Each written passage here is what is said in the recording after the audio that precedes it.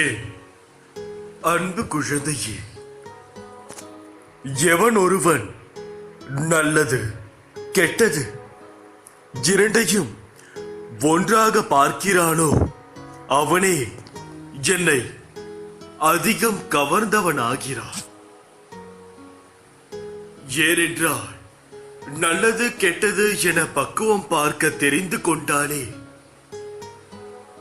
அவன் இந்த உலகத்தில் பக்குவசாலிகளுள் ஒருவனாக மாறுகிறான்.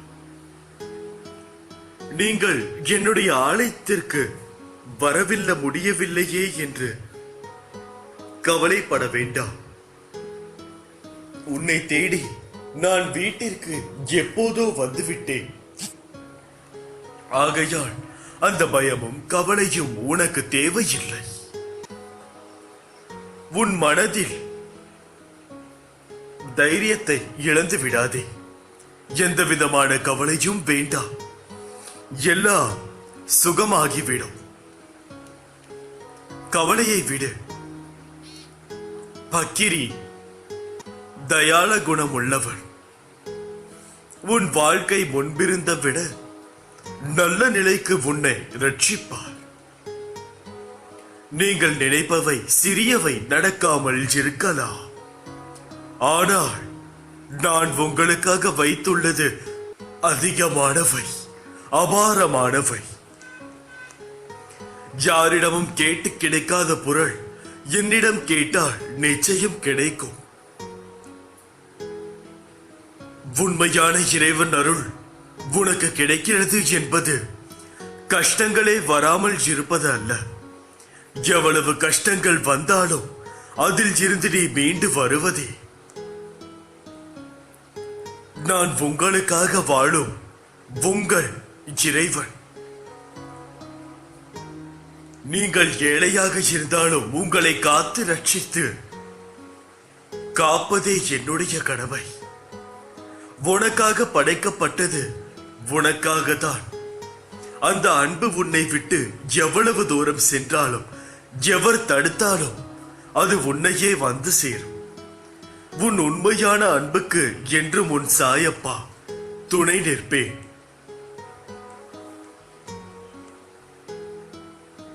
நான் உன்னுடைய ஆனந்த சாய். உனக்கு ஆனந்தம் மட்டுமே கொடுக்கின்ற சாய். உனக்குள் எல்லையற்ற ஆற்றல் ஒளிந்திருக்கிறது. அதை உன்னில் இருந்தே வெளிக்கொண்டு வா. உன் கண்ணுக்கு தெரியாமல் உன் கரத்தை நான் பலமாக பிடித்து அழைத்து செல்வேன். தைரியத்தை வரவழைத்துக் கொள். வாழ்க்கையில் பெரிய வெற்றி உனக்காக காத்திருக்கின்றது. சூழ்நிலை மாறும்போது சிலது வார்த்தைகளுக்கும் மாறும், சிலது வாழ்க்கையும் மாறும். பொறுமையுடன் இரு. நம்மை இன்பத்திற்கும் துன்பத்திற்கும் அப்பால் வரவேற்றாலும் முகத்தை திருப்பிக் கொண்டாலும் நடப்பது நடந்தே தீரும். பாபாவுடனான உங்கள் தொடர்பு மட்டுமே உங்களை இன்பத்திற்கும் துன்பத்திற்கும் அப்பால் கொண்டு செல்ல முடியும். நீங்கள் ஒரு வழிகாட்டியை எடுத்துக்கொண்டால் எந்த சிரமமும் இல்லாமல் நீங்கள் உன் வாழ்க்கையை இந்நல்வழியை இழக்க மாட்டீர்கள்.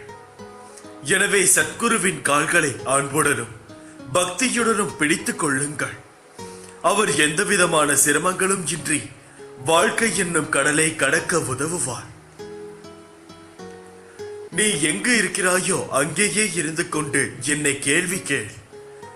தேவையில்லாத எதற்காக காட்டிலும் வனத்திலும் திரிந்து விடைகளை தேடுகிறாய்?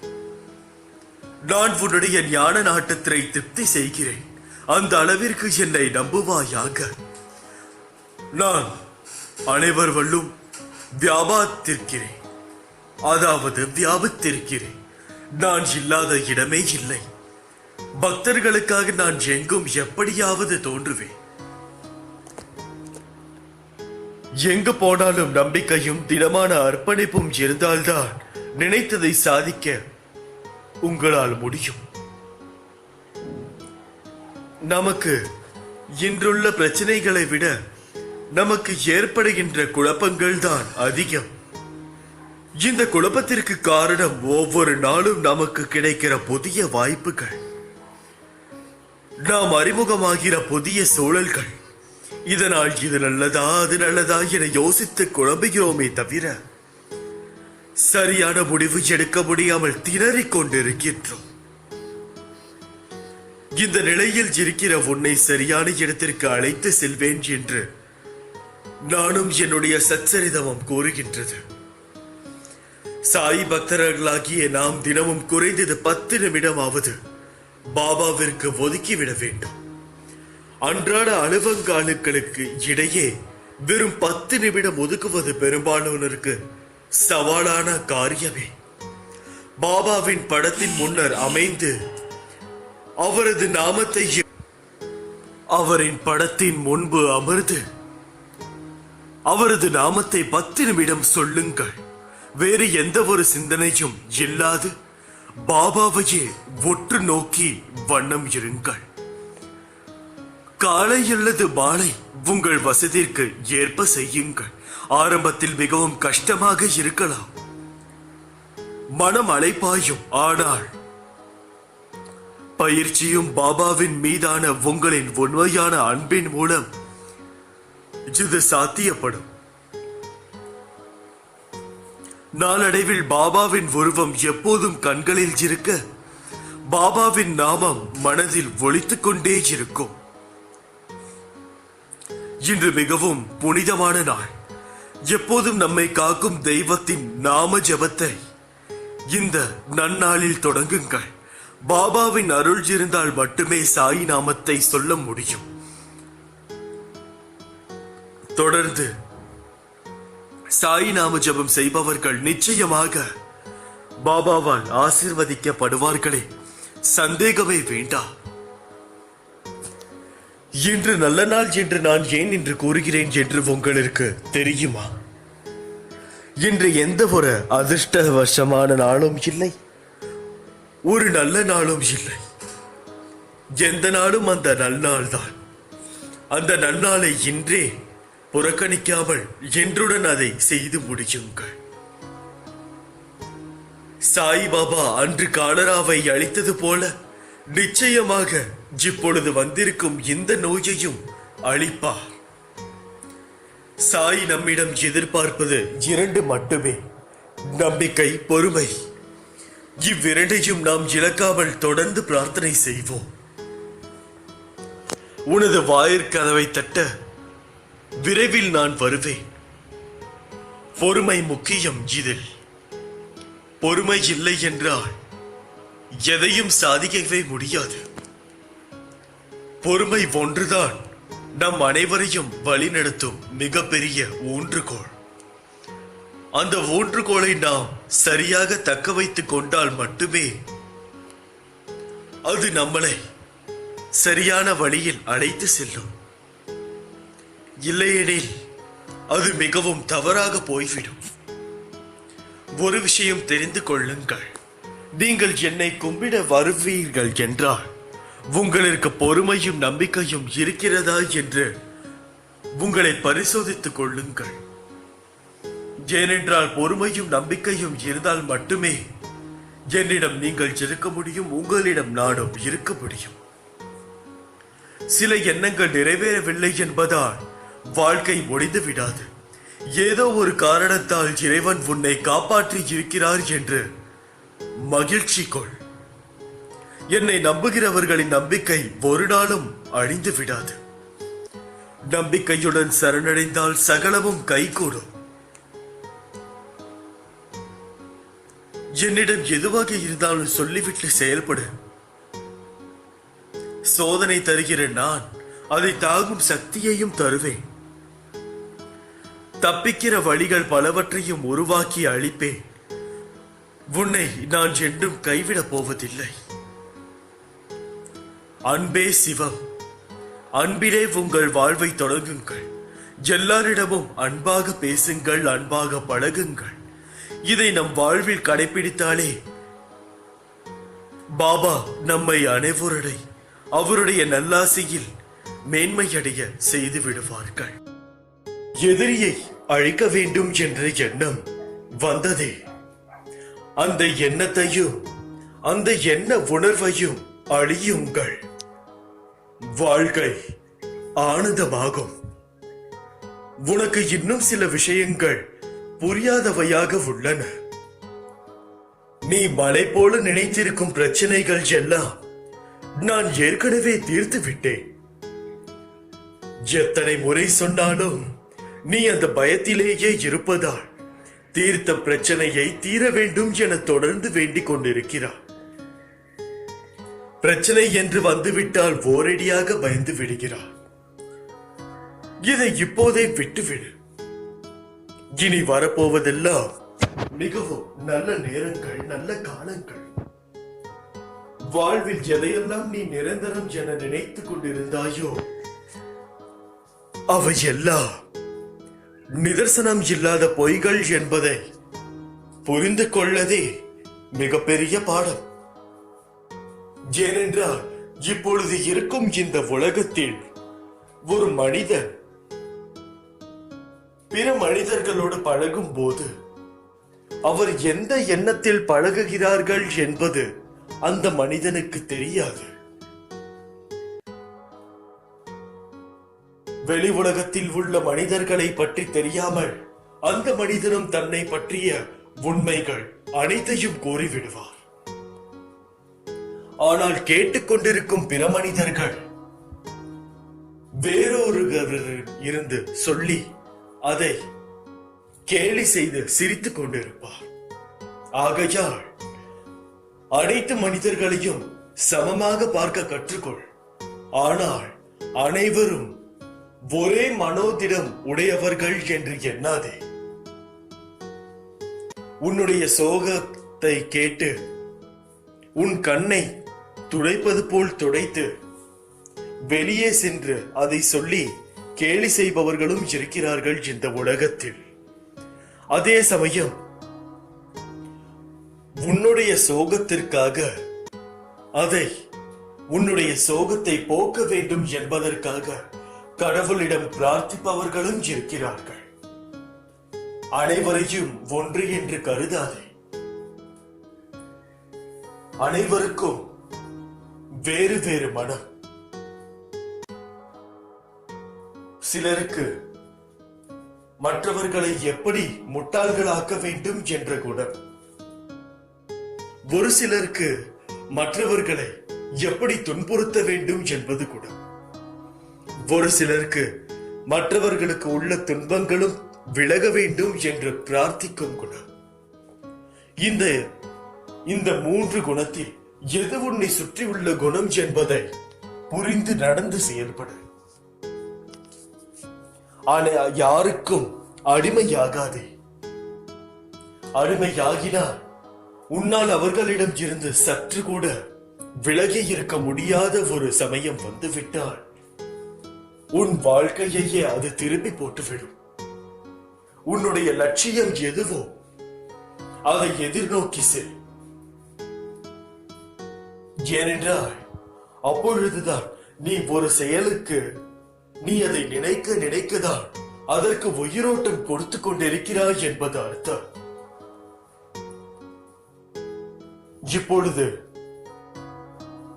நீ ஒருவர் போல் ஆக வேண்டும் என்றால் அந்த துறையை மனதில் எடுத்துக்கொள். அந்த துறையை மனதில் எடுத்துக்கொண்டு அதற்காக ஒவ்வொரு நாளும் ஓடி ஓடி உழைத்துக் கொண்டே இரு. உழைப்பவனுக்கு ஊதியம் நிச்சயம். அப்படி இருக்கையில் உங்களுக்கு நிச்சயமாக அந்த ஊதியம் கிடைக்கும். கிடைக்க தாமதமாகலாம், ஆனால் தப்பாது என்பது என்னுடைய வாக்கு. அதுபடிதான் நான் இன்றும் கூறுகிறேன். உங்கள் உழைப்பிற்கு ஏற்ற ஊதியம் இன்று இல்லை என்றால் நாளை உங்களுக்கு இருக்கும். ஆனால் ஊதியம் என்று உங்களுக்கு நிச்சயம் கிடைக்கும். அது எந்த துறையாக இருந்தாலும் சரி. இது செய்தால்தான் நம்மை மதிப்பார்கள், இதை செய்தால் நம்மை மதிக்க மாட்டார்கள் என்று நீ எப்பொழுதும் எண்ண வேண்டாம். ஏனென்றால் அவரவருக்கு ஏற்ப வேலையை அவரவர்கள் செய்தால் மட்டும்தான் இந்த உலகத்தில் உள்ள அனைத்து மனிதர்களும் வெற்றி காண முடியும். இவை அனைத்தும் நீ மனதில் வைத்துக் கொண்டு செயல்பட வேண்டும். உன்னுடைய அனைத்து செயலிற்கு பிறகும் பின்னாடியும் முன்னாடியும் நான் இருக்கிறேன் என்பதை நீ தீர்க்கமாக நம்ப வேண்டும். அப்பொழுதுதான் உன்னால் முழு வீச்சுடன் அதில் களமிறக்க முடியும். ஒரு செயலை செய்வதற்கு முன்பே இது வெற்றி அடையுமா அடையாதா என்ற எண்ணமே வேண்டாம். முயற்சி செய்து பார்ப்போம் என்று எண்ணி பாருங்கள். உங்களால் நிச்சயம் ஒவ்வொரு காரியமும் வெற்றி காண முடியும் என்பதில் எந்தவித சந்தேகமும் இல்லை. தோல்வி என்று வந்தால் அது ஒரு பாடம், வெற்றி என்று வந்தால் அது ஒரு இடம். அவ்வளவுதானே தவிர இதில் அடித்தளமாக இருப்பது முயற்சி மட்டுமே. அந்த முயற்சியை நாம் ஒவ்வொரு நிமிடமும் ஒவ்வொரு நொடியும் போட்டுக்கொண்டே இருக்க வேண்டும்.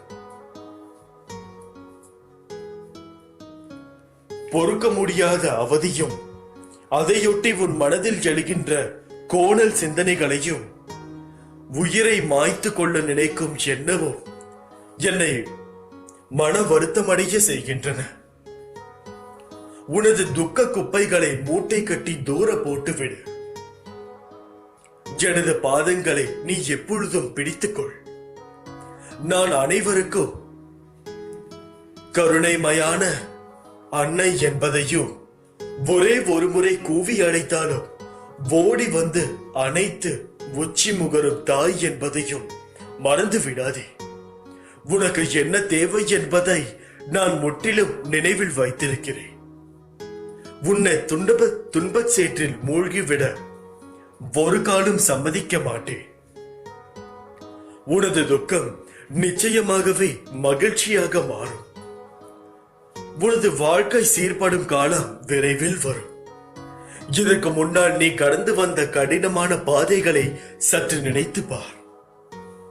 அதில் எல்லாம் உன்னை தூக்கி சுமந்து காப்பாற்றி வந்தேன். இனியும் அப்படியே உன்னை காப்பாற்றுவேன்.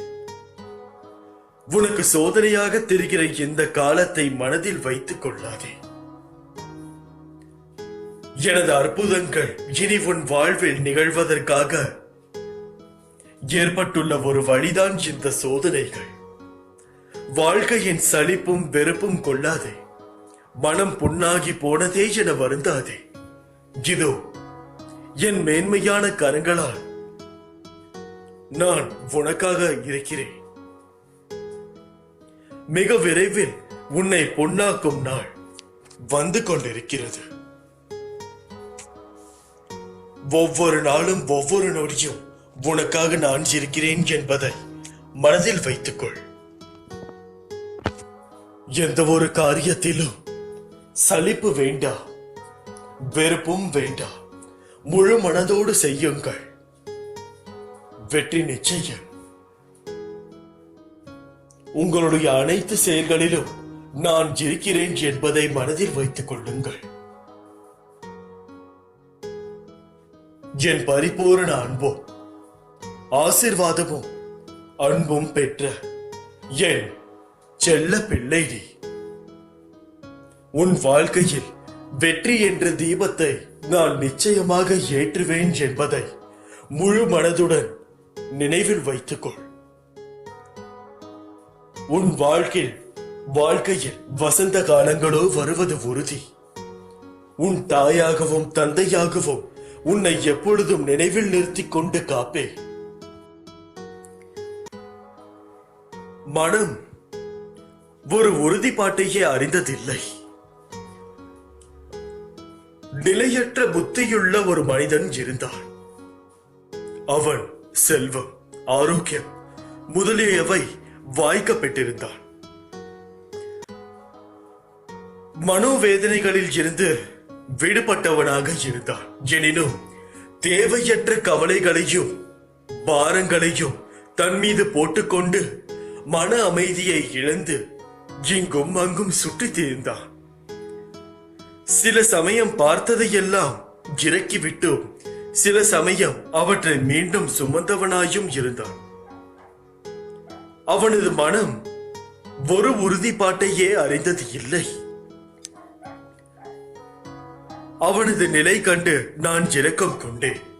அவனிடம், இப்போது நீ விரும்பும் ஏதாவது ஒரு இடத்தின், அதாவது குறிக்கோள் மீது உனது நம்பிக்கையை தயவு செய்து வைப்பாயாக.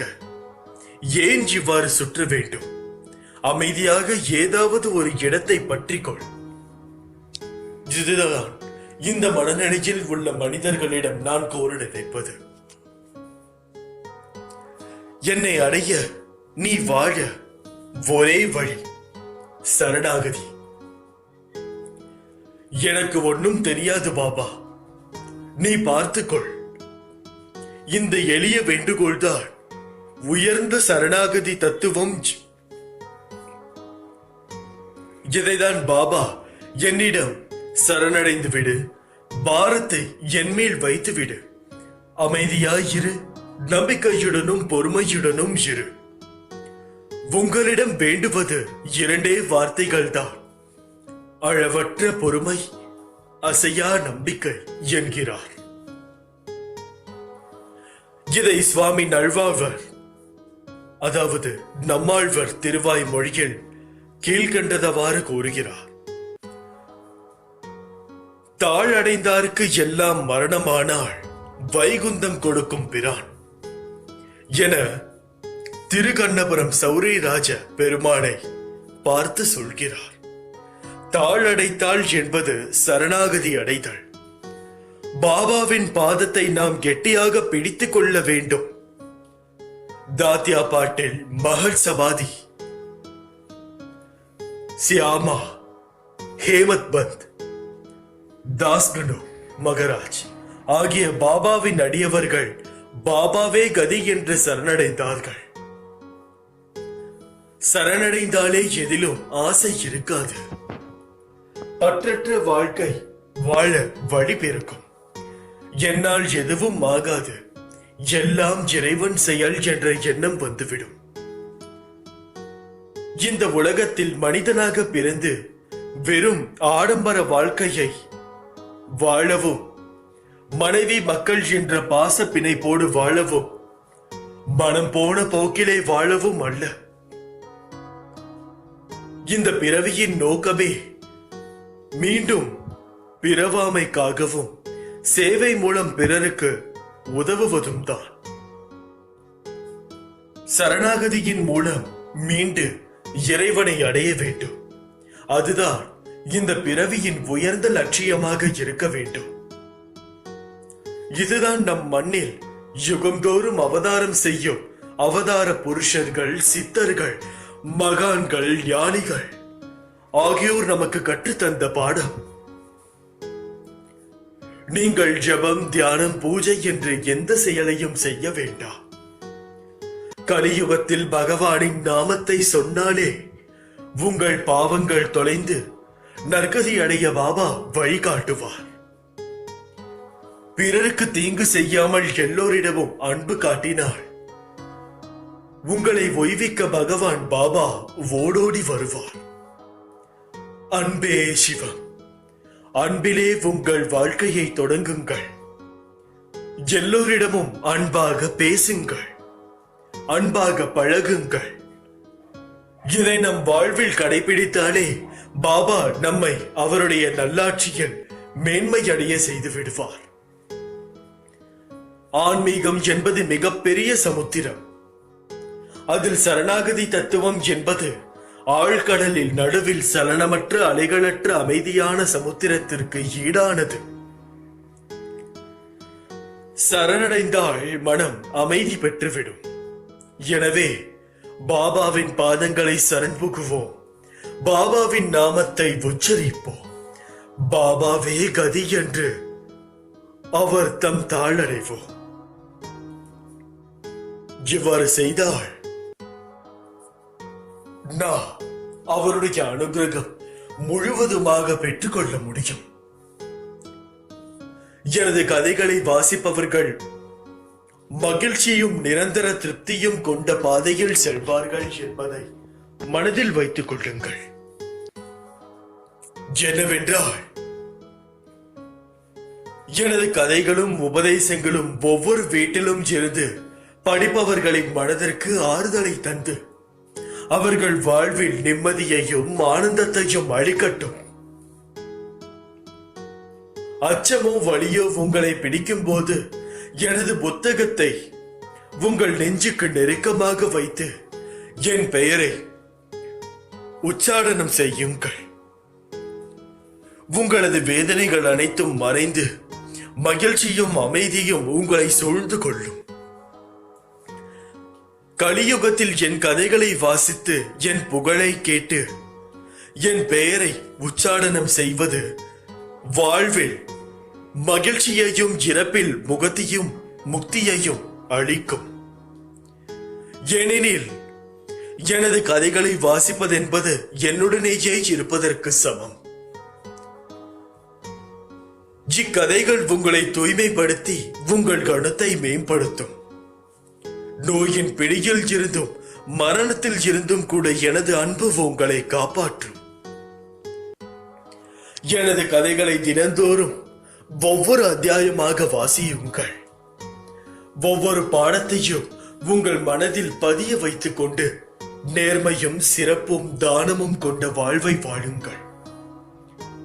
நீங்கள் செல்லும் எந்த பாதையையும் எனது அன்பு ஒளியூட்டி நீங்கள் அனுபவிக்கும் எந்த இருட்டையும் கருமேகத்தையும் நீக்கிவிடும்.